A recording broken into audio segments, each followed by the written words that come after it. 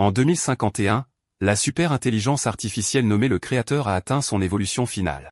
Cette IA s'est unie à 10 humains appelés les Créateurs du Monde pour lancer un plan visant à construire un monde entièrement nouveau. Ce plan a conduit à une annihilation intelligente et à un remodelage des lois en vigueur. Le nouveau monde a vu l'émergence de monstres et de cristaux magiques, imposant une nouvelle réalité centrée sur la survie et l'éveil.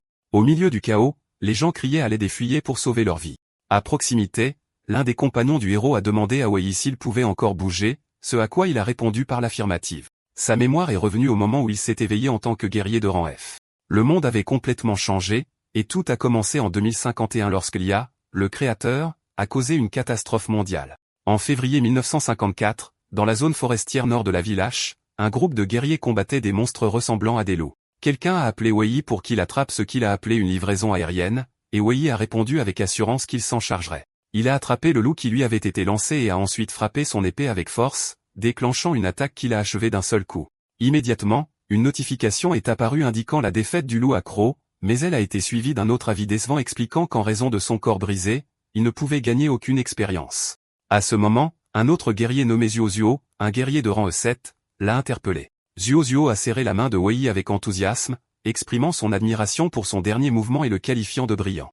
Wei l'a remercié humblement, disant que le mérite revenait à son soutien. Sinon, il aurait lutté seul, mais Zuzu n'était pas d'accord, insistant sur le fait que les compétences de Wei étaient suffisantes pour affronter 2 ou 3 ennemis sans problème. Wei s'est dit que tout ce sur quoi il pouvait compter maintenant, c'était sa technique, car il était encore de rang F. Il a examiné son statut, qui montrait qu'il s'était éveillé il y a 3 ans, mais cette condition avait stoppé ses progrès. Cependant, il était déterminé à ne pas laisser le destin le vaincre. Après la bataille, alors que les autres ramassaient le butin, Zuo a jeté 2 cristaux magiques de base vers Wei. Wei a été surpris d'en recevoir 2, mais Zuo lui a dit que c'était la moitié pour chacun d'eux. Wei a protesté qu'il était à un niveau inférieur, mais Zuo a insisté sur le fait que de telles choses n'avaient pas d'importance entre amis et lui a dit de les prendre. Alors Wei les a acceptés avec remerciement. Le but de la chasse aux monstres était d'obtenir des cristaux magiques. Avec l'émergence du nouveau monde, toutes les sources d'énergie de l'humanité ont été détruites, et ces cristaux trouvés à l'intérieur des monstres sont devenus la nouvelle source d'énergie. Ils contiennent une immense énergie utilisée pour alimenter les appareils quotidiens et améliorer l'équipement, et leur puissante production d'énergie a entraîné une forte demande, ce qui a rendu leur approvisionnement rare. Ils ont remplacé l'or et sont devenus une monnaie forte, un cristal de base valant des milliers et des cristaux de haute qualité se vendant à des prix astronomiques. Wei a ressenti son besoin désespéré de cristaux à ce moment-là. Outre ses dépenses quotidiennes, il devait acheter des choses pour son grand-père et sa sœur, et il était encore loin de couvrir ses coûts. Son loyer était également bientôt dû, et s'il ne le payait pas, il se retrouverait à la rue. Il a estimé qu'il avait encore besoin d'au moins 20 autres cristaux magiques de base. Pendant ce temps, son collègue, Zuo, qui regardait quelque chose, a attiré son attention. Lorsque Wei lui a demandé, Zuo a pointé un autre membre de l'équipe. L'archer Ma Kuyao essayait de flirter avec la chef d'équipe, la mage Linxiang, mais elle lui a dit avec colère de se taire. Kuyao s'est vanté qu'il était le meilleur archer de l'équipe et que c'était sa perte de ne pas sortir avec lui, tandis que Linxiang pensait à son regret de l'avoir recruté. Elle se souvenait que son arme avait mal fonctionné lors de la dernière bataille et que cela pourrait affecter la prochaine, elle a donc décidé qu'elle avait besoin d'un mécanicien pour y jeter un coup d'œil dès que possible. Une idée lui est venue de demander de l'aide à la recrue, Wei. Elle s'est approchée de lui a dit que son arme était cassée et qu'elle ne pouvait pas encore retourner en ville, et lui a demandé s'il pouvait y jeter un coup d'œil. Après que Wei ait inspecté l'arme de Linxiang, il a remarqué que le problème semblait être juste un fil lâche. Il lui a dit qu'il essaierait de le réparer et qu'il devrait fonctionner à nouveau une fois reconnecté. Pendant ce temps, Ma Kuyao se moquait de lui, se demandant comment un guerrier de rang F comme lui pouvait manipuler une arme à cristaux magiques avancés. Il s'est ensuite tourné vers Linxiang et a promis de lui acheter quelque chose de mieux quand il aurait de l'argent. Quelqu'un d'autre a commenté l'affaire en disant que Ma Kuyao se vantait à nouveau et qu'il avait perdu le compte du nombre de fois où il avait dit cela. Linxiang a interrompu la vantardise de Ma Kuyao, lui demandant avec colère ce qu'il faisait là alors qu'il était censé être de garde. Il est devenu confus et a été à court de mots. Quelques instants plus tard, Wei a brandi l'arme, annonçant qu'elle était réparée, ce qui a surpris les autres par sa rapidité. Wei a demandé à Linxiang de l'essayer, et après qu'elle l'ait fait, elle a confirmé avec un sourire que la connexion élémentaire semblait maintenant normale. Elle s'est ensuite tournée vers Ma Kuyao et lui a ordonné d'arrêter de fixer et de retourner à son poste. Ma Kuyao a grommelé avec ressentiment que Wei n'était qu'un joli garçon et qu'il verrait dans le futur. Linxiang a exprimé son soulagement que ce soit une bonne chose que la recrue, Wei, connaisse la mécanique et répare l'arme. Sinon, elle se serait inquiétée pendant la prochaine bataille. Wei a humblement répondu que c'était un petit problème qui ne valait pas la peine d'être mentionné. Wei s'est souvenu de sa rencontre avec Linxiang, qui avait 3 ans de plus que lui et était la présidente du conseil étudiant, car il l'avait aidé en classe de mécanique dans le passé. Après son éveil, elle a utilisé son grand leadership pour établir l'équipe d'aventuriers de la météorite et l'a invité à se joindre à elle. Malgré son faible rang, elle l'avait toujours traité comme un égal et avait pris soin de lui. Lin-Xiang a interrompu ses pensées, disant qu'il y avait quelque chose qui la rendait curieuse depuis longtemps. Elle lui a posé des questions sur son collier, notant qu'elle se souvenait qu'il le portait depuis leur jour d'école et se demandait s'il avait une histoire. Avant qu'il ne puisse répondre, Zuo est intervenu, expliquant bruyamment que ce n'était pas qu'un collier, mais une amulette de protection fabriquée pour lui par son robot compagnon. Il a ajouté que Wei était maladif et avait peur du noir quand il était enfant, alors le robot lui a donné l'amulette pour le protéger. Wei a répondu que ce n'était que des affaires d'enfance, et qu'il le portait maintenant pour une raison différente. Wei a expliqué qu'il le porte pour se souvenir du passé. Après la mort de ses parents, ce robot était celui qui lui donnait le plus d'encouragement, mais le créateur a tout détruit, et tous les robots intelligents ont été privés de leurs droits, et le monde a été placé sous son contrôle. Lin-Xiang a posé une main réconfortante sur son épaule, disant qu'elle savait que c'était déchirant. Elle lui a rappelé qu'il y a 6 ans, les machines intelligentes sont tombées, et il y a 3 ans, le monde lui-même est tombé, et qu'ils ne doivent pas perdre espoir et doivent forger leur propre chemin dans ce nouveau monde. Wei était d'accord avec ces paroles. Lorsque Wei est revenu à ses priorités, il a réalisé que la collecte de cristaux magiques était la chose la plus importante maintenant. Pendant ce temps, Ma Kuyao, qui était censé être en patrouille, se cachait dans les buissons, en colère de voir combien de temps il parlait avant que ses 2 compagnons ne le trouvent et ne le grondent, disant que Wei semblait plus fiable que lui. Ma Kuyao a rétorqué avec colère que le pouvoir est ce qui parle dans ce monde et s'est demandé comment une personne de rang F pouvait être plus populaire que lui, alors qu'il jurait qu'ils le regretteraient tous quand il deviendrait riche. Il a repéré quelque chose d'étrange. Quelques instants plus tard, un membre de l'équipe a couru vers le chef pour lui dire que Ma Kuyao avait peut-être trouvé des ruines. Tout le monde a été surpris et s'est dirigé vers l'endroit pour voir une entrée brillante menant à ce qui semblait être d'anciennes ruines. Ma Kuyao s'est vanté que c'était lui qui l'avait trouvé. Lin-Xiang a mentionné que les rumeurs disent que les ruines contiennent de plus grandes récompenses, mais les risques sont inconnus, et un faux pas pourrait être fatal. Par conséquent, elle a décidé que l'équipe voterait pour savoir s'il fallait entrer ou non. Ma Kuyao, Zuo et d'autres ont immédiatement déclaré leur souhait d'entrer, arguant que la chasse à la surface était instable. En revanche, un autre groupe s'est inquiété du risque et a voté non, préférant la chasse plus sûre à la surface. Alors que l'équipe était divisée sur la décision d'entrer dans les ruines, le vote de Wei est devenu le facteur décisif après que le vote ait été à égalité à 4 voix pour et 4 contre. Wei a pensé à son besoin désespéré de 20 cristaux magiques, qu'il ne pourrait pas collecter en chassant à la surface à temps. Malgré le danger, il a vu l'entrée dans les ruines comme une lueur d'espoir pour rembourser ses dettes, alors il s'est décidé et a voté pour entrer. Dès qu'ils sont entrés, les membres de l'équipe ont remarqué que la structure de l'endroit avait l'air très ancienne, comme si elle avait été scellée pendant des années. Zuo a attiré leur attention sur une inscription sur le mur, mais ils ne pouvaient pas comprendre ces symboles. Wei les a surpris en lisant le texte qui mettait en garde contre un piège à venir et déconseillait d'aller plus loin. Les membres de l'équipe se sont demandé s'il s'agissait d'un avertissement laissé par quelqu'un qui était venu avant eux et ont commencé à envisager de faire demi-tour. Mais Ma Kuyao s'est moqué de l'idée du danger, déclarant qu'il avait travaillé dur pour trouver cet endroit et qu'il ne partirait pas les mains vides. Il pensait que l'avertissement n'était qu'un stratagème pour effrayer les gens et s'avança avec confiance pour prouver son point de vue, ignorant les avertissements de ses coéquipiers. Dès qu'il a marché, il a marché sur une plaque de pression cachée, activant un ancien piège.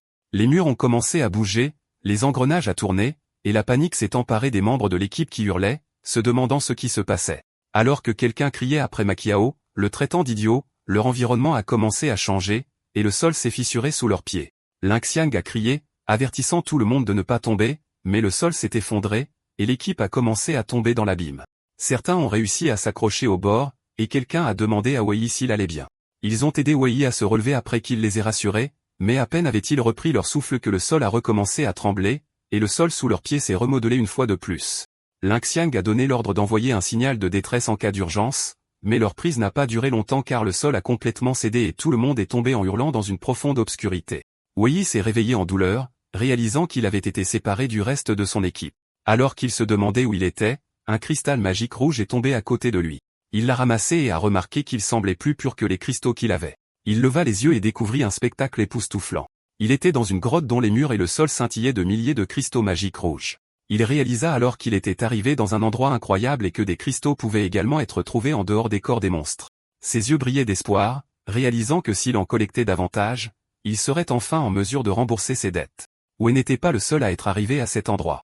Ma Kuyao et le reste de l'équipe avaient atterri dans la même grotte, et Ma Kuyao était submergé de bonheur et a commencé à crier qu'il était riche. Alors que Wei se sentait soulagé de voir que ses coéquipiers allaient bien. Les membres qui avaient voté contre l'entrée ont changé d'avis et ont commencé à faire l'éloge de Ma Xiao, admettant qu'ils avaient sous-estimé l'endroit et qu'ils suivraient désormais ses ordres. Alors que Wei se préparait à commencer à collecter des cristaux, Ma Xiao l'a arrêté avec colère, lui demandant qu'il avait autorisé à les toucher. Wei a essayé d'éviter les ennuis et a proposé de céder la zone où il se trouvait, mais Ma Xiao a insisté sur le fait que tous les cristaux étaient à lui.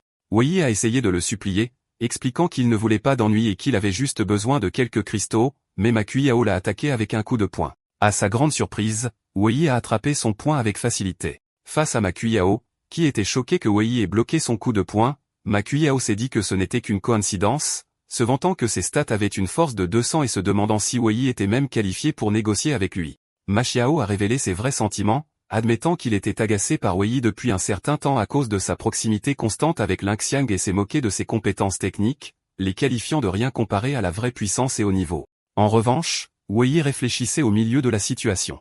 Bien qu'il ait utilisé le principe de la compétence de parade pour absorber la plupart des dégâts, chaque coup de poing était comme être frappé par une pierre. Il a décidé de ne pas riposter pour éviter de provoquer davantage Ma Xiao. Le reste de l'équipe regardait avec anxiété, l'un d'eux suggérant d'intervenir de peur que quelqu'un ne soit tué si le combat continuait. Pendant ce temps, Ma Xiao lui-même était confus. Il avait l'intention de donner une leçon à Wei, mais a été choqué par sa capacité à résister à tous les coups, se demandant comment un guerrier de rang F pouvait posséder autant de force.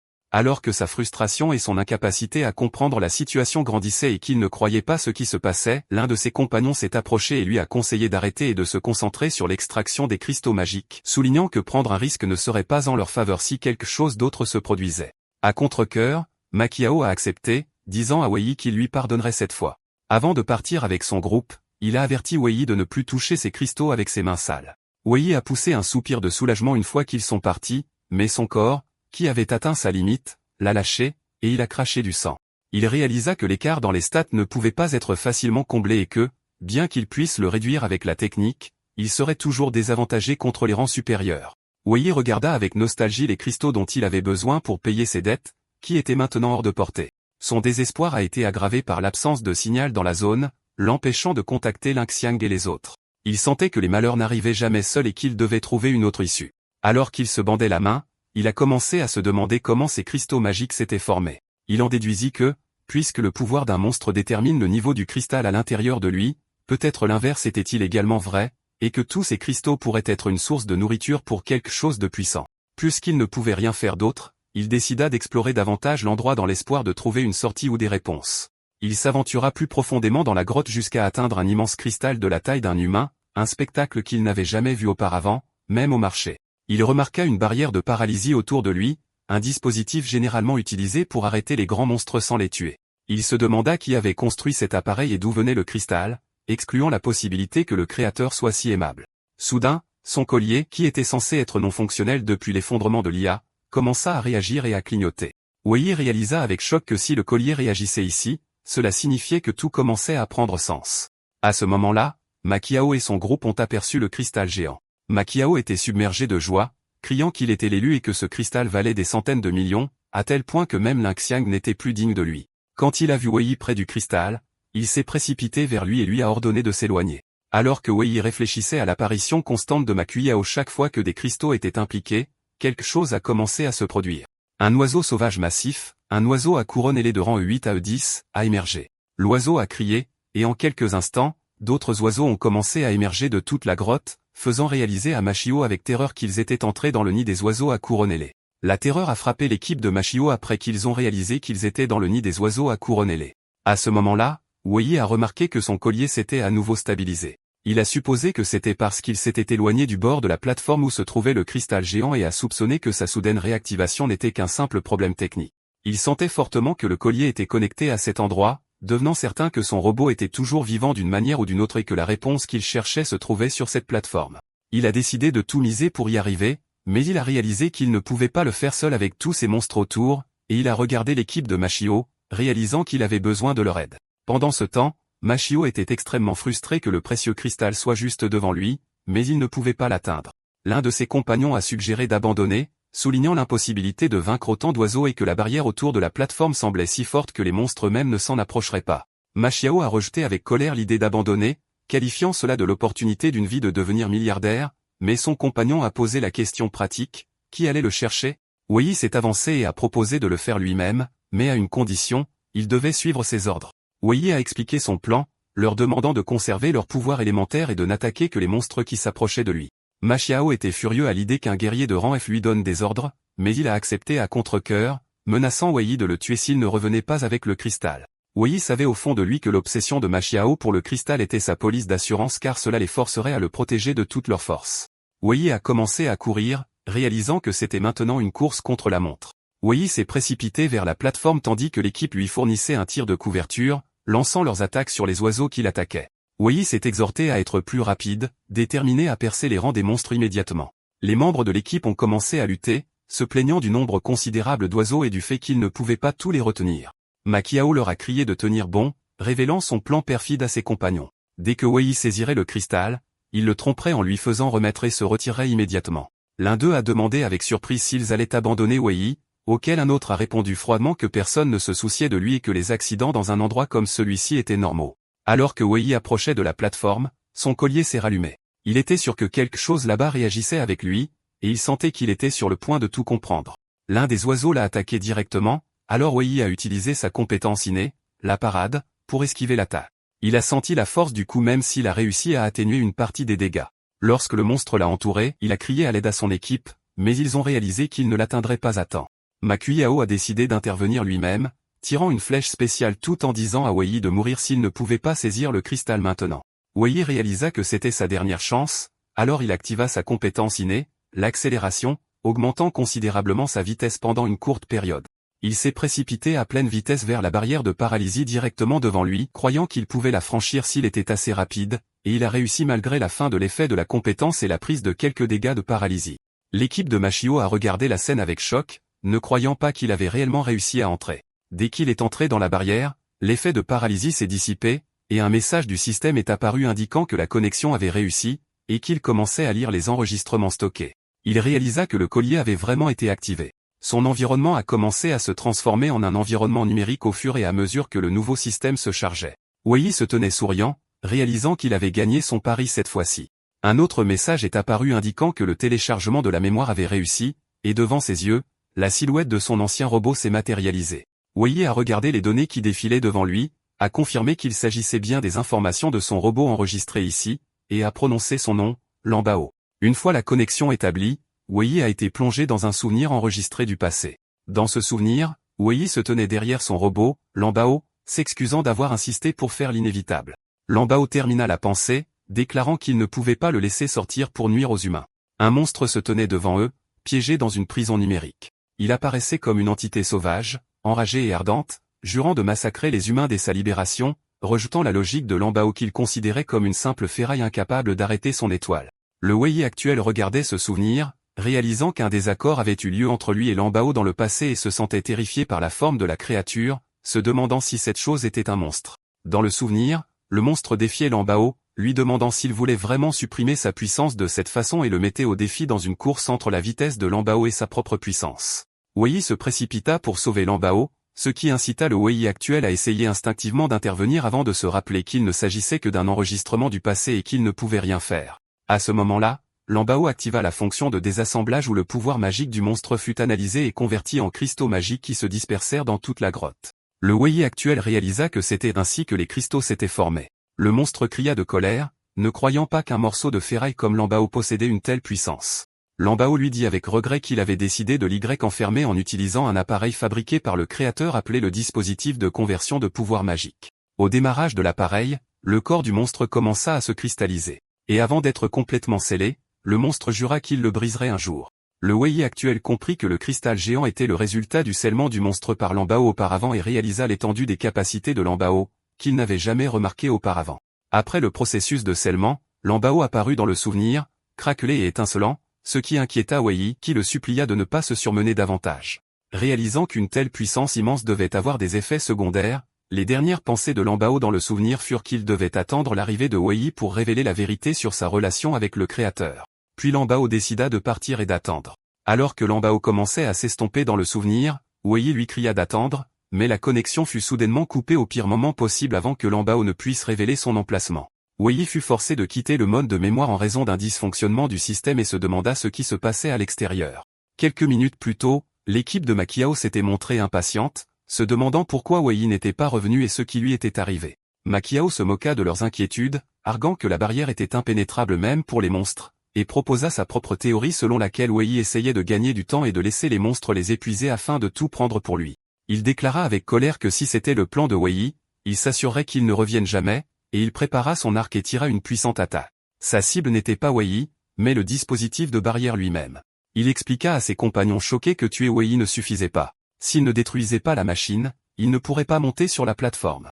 L'attaque frappa l'appareil, désactivant la grille de paralysie et l'endommageant gravement.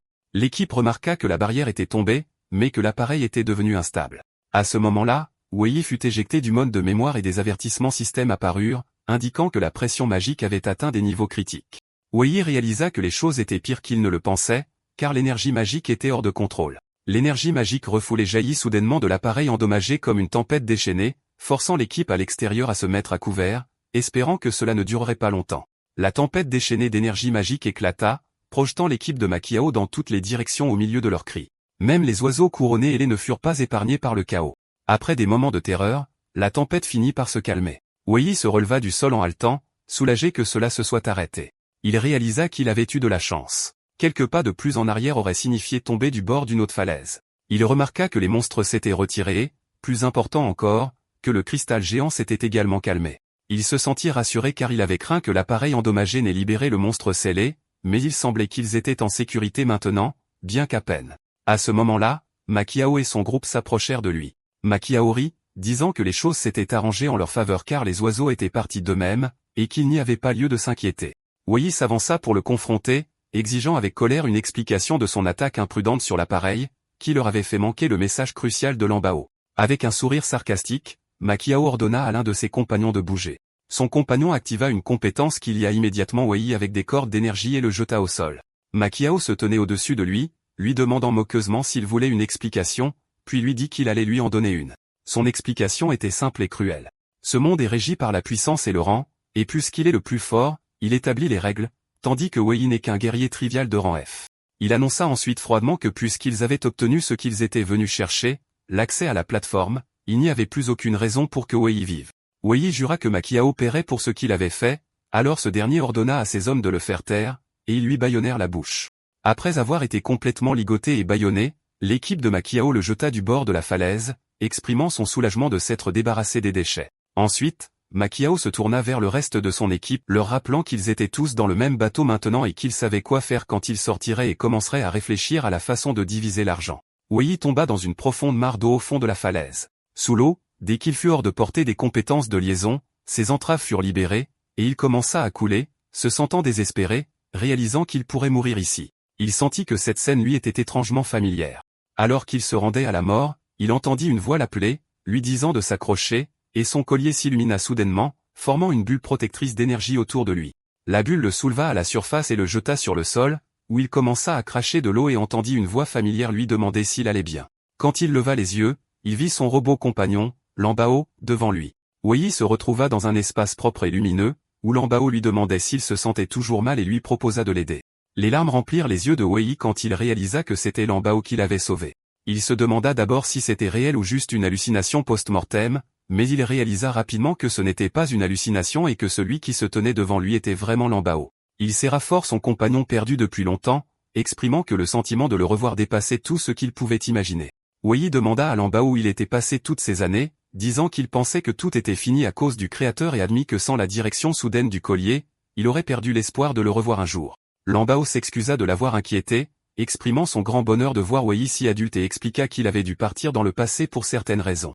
Wei l'interrompit avec deux questions cruciales. Comment a-t-il survécu à la destruction intelligente lancée par le créateur, et comment a-t-il fini comme ça?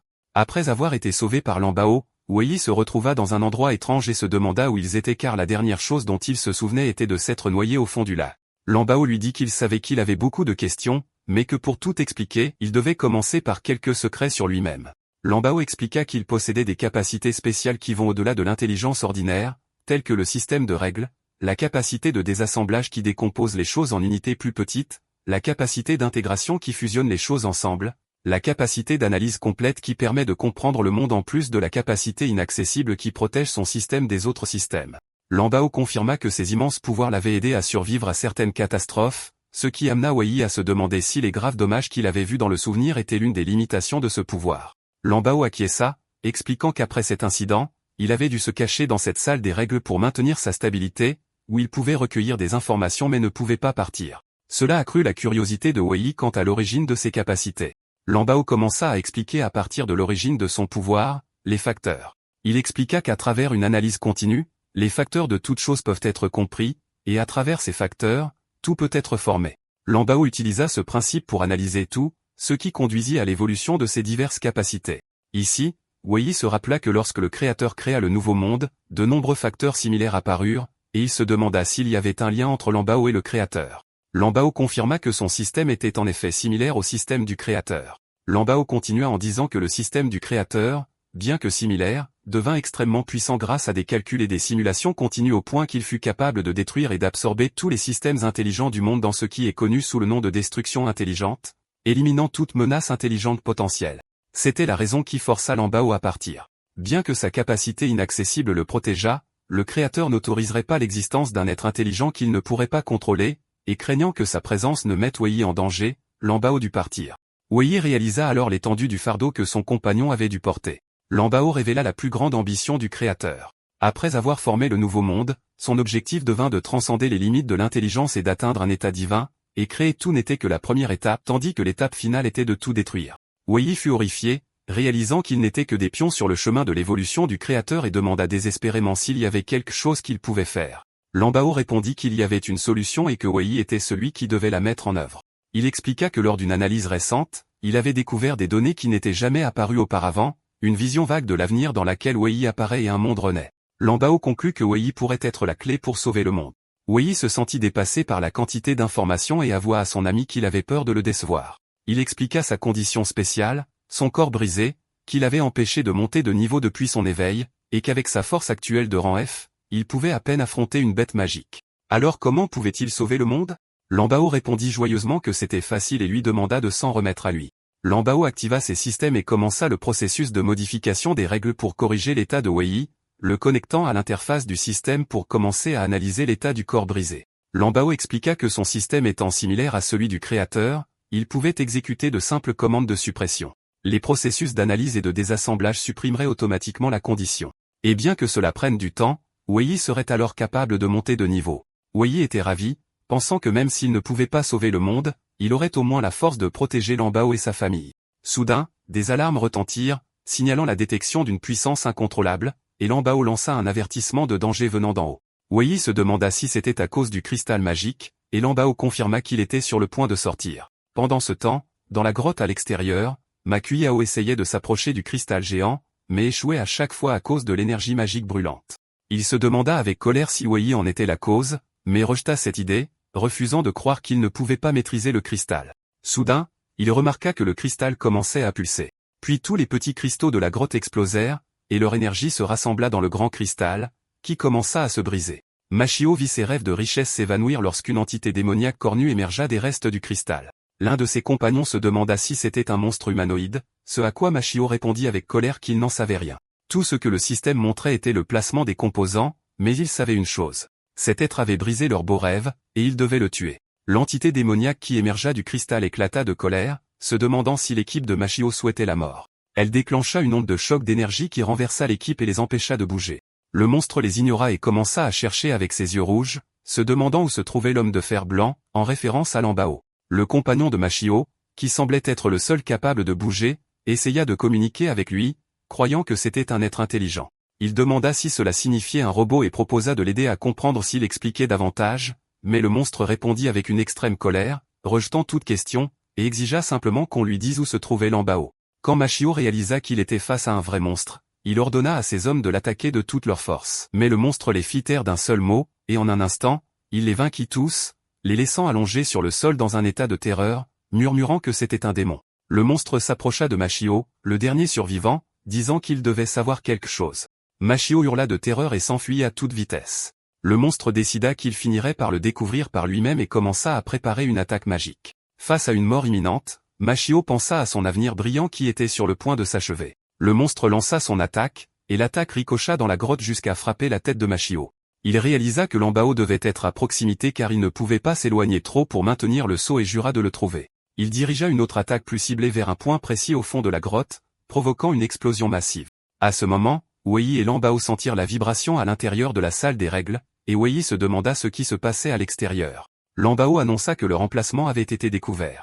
L'ennemi approchait rapidement, et ils devaient activer toutes les règles pour la défense. Le monstre réussit à pénétrer dans leur dimension et apparut devant eux, annonçant qu'il avait enfin trouvé Lambao. Le système de Lambao commença à analyser les données de l'intrus tandis que Wei regardait avec choc les statistiques qui apparaissaient. Les données révélaient que son nom était Fuji, hybride démoniaque de rang S1, avec une puissance dépassant 1232. Fuji jura que la boîte de conserve affronterait sa colère, se moqua de la forme actuelle de Lambao, lui demandant s'il était sur le point de se transformer en ferraille, et l'avertit de ne pas le décevoir avant qu'il ne le réduise en lambeaux. Wei réalisa que c'était le démon que Lambao avait combattu dans le passé et sentit l'aura oppressive écrasante qui en émanait. Bien qu'il ait obtenu les informations de Fuji à l'avance, il ne s'attendait pas à ce que l'écart de puissance soit aussi énorme.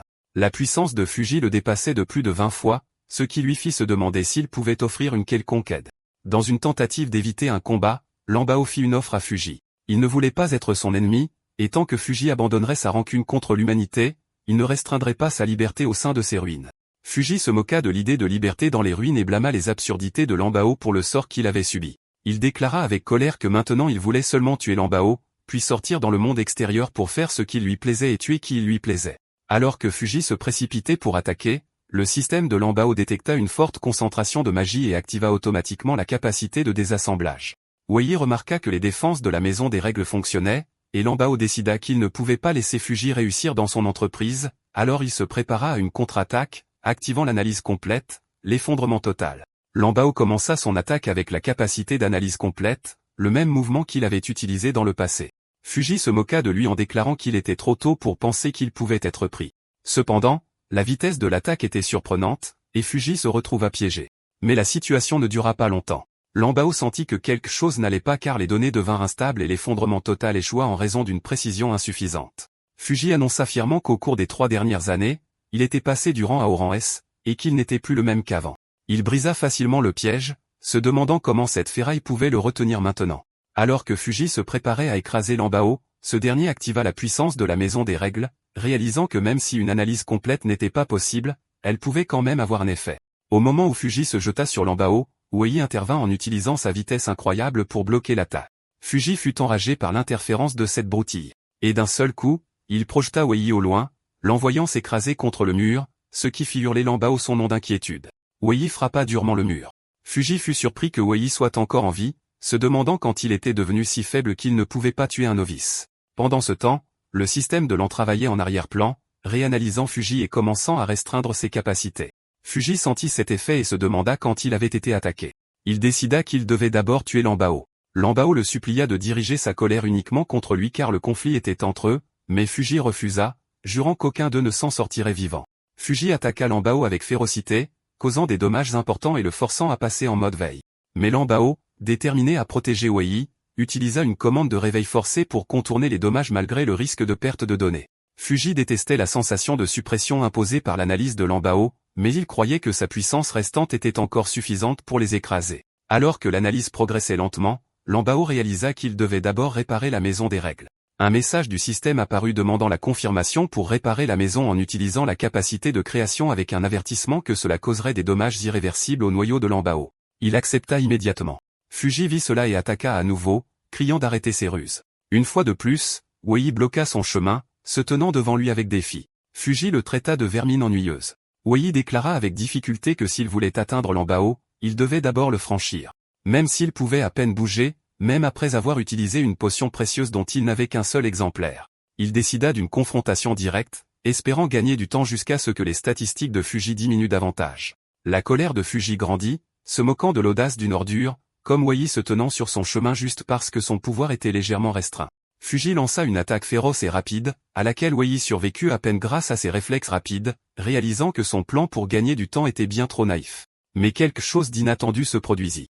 Avec la prochaine attaque totale de Fuji, Wei réussit à l'esquiver et découvrit soudain qu'il pouvait voir l'intention d'attaque de Fuji avant qu'il ne l'exécute. Lambao lui dit que ce nouveau pouvoir provenait de la capacité d'analyse complète et qu'il était capable de synchroniser les données avec lui parce qu'ils étaient connectés.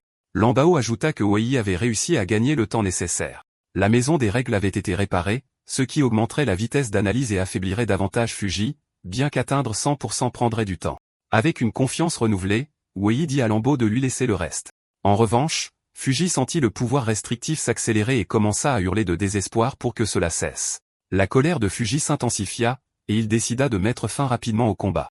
Grâce à sa nouvelle capacité d'analyse, Wei pouvait anticiper l'attaque de Fuji et s'y préparer. Grâce à cette capacité, il a réussi à esquiver une série d'attaques précises visant sa tête, évitant l'attaque venant du côté droit de son visage, et esquivant également l'attaque suivante visant son estomac. Alors que la restriction sur les capacités de Fuji continuait d'augmenter, l'affaiblissant progressivement. Wei réalisa que malgré l'énorme écart de stats, l'analyse lui permettait d'esquiver la plupart des attaques, et que le temps jouait en sa faveur plus le combat durait. Fuji était extrêmement frustré par l'évasion constante de Wei, alors il changea de tactique et utilisa sa queue pour saisir l'épée de Wei, l'attirant pour une attaque à courte portée. Avec Wei à proximité, Fuji se prépara à porter un coup final. L'analyse montra à Wei que Fuji lancerait une attaque multidirectionnelle très rapide, lui faisant réaliser qu'il ne pourrait pas esquiver cette fois. Wei fut forcé de se contenter de défendre, sentant la force des coups, secouant ses bras, et se disloquant presque l'épaule. Mais il refusa de reculer, sachant que Lambao était derrière lui et qu'il dépendait de lui. À ce moment critique, Wei se souvint de son passé, comment il avait constamment défié des monstres plus forts pour perfectionner ses compétences, endurant bataille après bataille et blessure après blessure. Ce souvenir renforça sa détermination, et il décida qu'il n'abandonnerait pas si facilement. Il utilisa sa compétence de parade au moment parfait, réalisant une parade parfaite, qui activa une nouvelle compétence appelée parade d'attaque. Cette compétence repoussa Fuji et lui infligea un étourdissement d'une seconde. Fuji était choqué de son incapacité à bouger.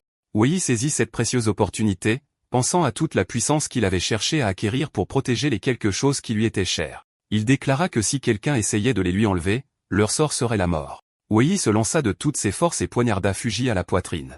Fuji était stupéfait, incapable de croire qu'il avait été blessé par cette ordure. En revanche, Wei était également choqué.